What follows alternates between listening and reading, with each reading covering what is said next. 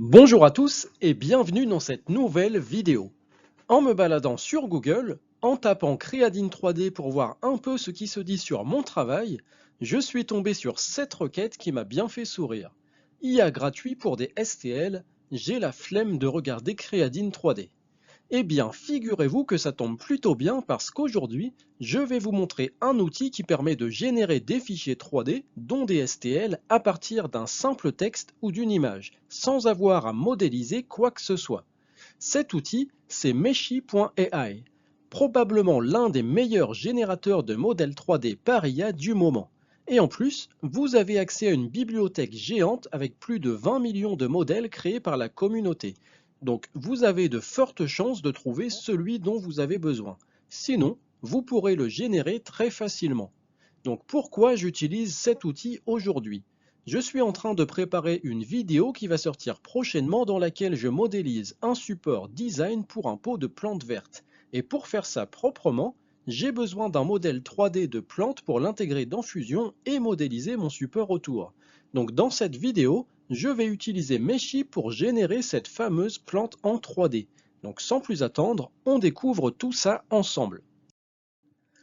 Du coup, je choisis texte en 3D, j'arrive sur cet espace de travail et sur la gauche, j'ai un champ où je peux renseigner mon prompt. Donc le texte qui sera la consigne qui va expliquer à Meshy ce que je souhaite. Je lui demande donc, peux-tu modéliser une plante verte dans un pot de fleurs? Et je clique sur Générer. La génération se lance et au bout de quelques secondes, j'ai un premier résultat de 4 propositions que je peux visualiser. J'ai une préférence pour la deuxième, donc c'est celle-ci que je vais choisir. La génération du rendu se lance et après quelques instants, le modèle 3D est généré. On voit qu'il est assez propre, surtout pour un 3D qui a été généré en quelques secondes avec une seule requête. Si je le souhaite, je peux directement le télécharger. Il y a plusieurs formats disponibles, notamment STL pour l'impression 3D. Si j'ouvre le STL avec 3D Builder, je vois qu'il est complet et qu'il pourra donc être traité par n'importe quel slicer. Autre fonctionnalité de Meshy, on a la possibilité d'appliquer une texture sur notre modèle 3D. Je vais simplement lui demander d'appliquer une texture réaliste et ensuite cliquer sur Texture afin de lancer la génération. Là aussi, ça se fait très rapidement et on voit que le rendu est plutôt pas mal. On va pouvoir le télécharger. Tout à l'heure, quand j'ai téléchargé le STL, j'ai oublié de préciser la dimension. Donc, je me mets en millimètres et je dis que je veux un fichier de 300 mm. Bien sûr, quand on exporte en STL, on perd la texture. Donc, je vais également le télécharger en GLB car je vais en avoir besoin pour faire un visuel.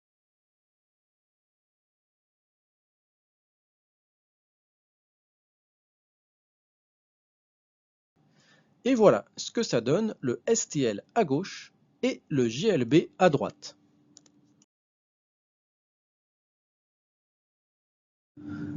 J'ai fait quelques autres essais à partir de texte et j'ai vu qu'il y avait également la possibilité de générer un 3D à partir d'une image. Donc je sélectionne Image en 3D, je charge une image que j'ai trouvée et qui ressemble pas mal à ce que je souhaite faire et je clique sur Générer. Là aussi, comme avec la requête par texte, j'ai un résultat avec 4 propositions. Cette fois, comme on part d'une image, elles sont assez similaires, donc je vais confirmer la première. Et j'obtiens un modèle 3D qui est plutôt fidèle à l'image d'origine. Bien sûr, on a là aussi la possibilité de texturer ce modèle. Et mis à part le pot qui est un peu déformé, on est quand même très proche de l'image d'origine. Surtout si on garde en tête que c'est un 3D qui a été généré en quelques instants via une simple requête. Et maintenant qu'on a le 3D de la plante, on va pouvoir passer à la suite sur Fusion. Donc, comme je vous ai dit, le but pour moi aujourd'hui, c'est de préparer un modèle 3D comprenant une plante verte dans son pot. C'est ce qu'on a généré avec Meshy. De mon côté, je possède déjà un cache-pot. Et c'est pour celui-ci que dans une prochaine vidéo, je vais modéliser le fameux support. En attendant, je vais modéliser le cache-pot et on va positionner la plante dedans. Donc pour ça, je crée une nouvelle esquisse sur ce plan. Je prends l'outil ligne, je trace un premier trait horizontal qui part de l'origine d'une valeur de 46,5 mm. Ensuite, je trace un second trait horizontal au-dessus, cette fois d'une longueur de 67,5 mm. Je renseigne une cote entre ces deux traits d'une valeur de 126,5 mm et je mets une contrainte de verticalité entre ces deux points de façon à les aligner. Je rajoute une ligne verticale de cette façon.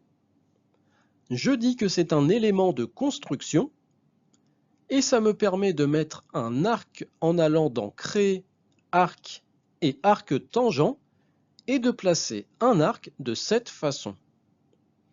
Ensuite, je fais un décalage de tout ça d'une valeur de 5,5 mm. Je rajoute un trait ici et je prolonge l'arc de cette façon. Je peux quitter cette esquisse et à partir de cette esquisse, je fais une révolution autour de cet axe. Je rajoute des congés ici d'une valeur d'1,5 mm et en bas d'une valeur de 3 mm. Le cache-pot existant est blanc, donc on fait un clic droit sur le corps 1, on clique sur Apparence et on va dans Peinture et on choisit le blanc brillant émaillé.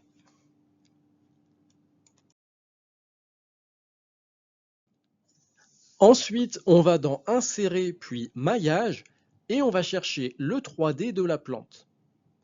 Il est un peu petit par rapport au cache-pot, mais on va quand même le positionner au mieux.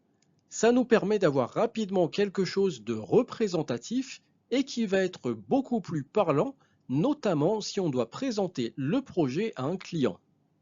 Aujourd'hui, c'est pour une plante verte que nous avons utilisé Meshy, mais je vous invite à aller faire un tour sur la bibliothèque pour vous rendre compte des énormes possibilités de l'outil. Et n'hésitez pas à le tester avec vos propres requêtes. Vous trouverez le lien dans la description de cette vidéo. Je vous invite également à rester connecté car je publierai très bientôt la suite de la modélisation du support pour ce cache-pot en utilisant un outil très intéressant de fusion. Donc pour les personnes qui ne sont pas abonnées, je vous invite à le faire et à activer les notifications. Comme d'habitude, dites-moi ce que vous en avez pensé dans les commentaires. Si vous voulez mettre en avant la vidéo, n'oubliez pas de la liker et de la partager. Et moi je vous dis à bientôt pour la prochaine vidéo.